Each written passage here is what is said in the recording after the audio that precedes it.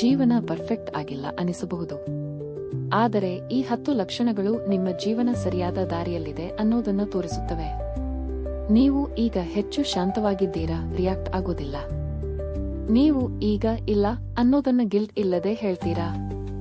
ಸಣ್ಣ ಸಣ್ಣ ವಿಷಯಗಳಲ್ಲಿ ನಿಜವಾದ ಸಂತೋಷ ಕಾಣ್ತೀರಾ. ಕೆಲವರನ್ನು ಕಳೆದುಕೊಳ್ತೀರಾ, ಆದರೆ ನಿಮ್ಮನ್ನೇ ಕಂಡುಕೊಳ್ತೀರಾ. ಪ್ರತೀಕಾರಕ್ಕಿಂತ ನಿಮ್ಮ ಬೆಳವಣಿಗೆಯ ಬಗ್ಗೆ ಹೆಚ್ಚು ಯೋಚಿಸ್ತೀರಾ. ನಿಮ್ಮ ವಲಯ ಕಡಿಮೆ ಆಗ್ತಾ ಇದೆ, ಆದರೆ ಗಟ್ಟಿಯಾಗ್ತಾ ಇದೆ.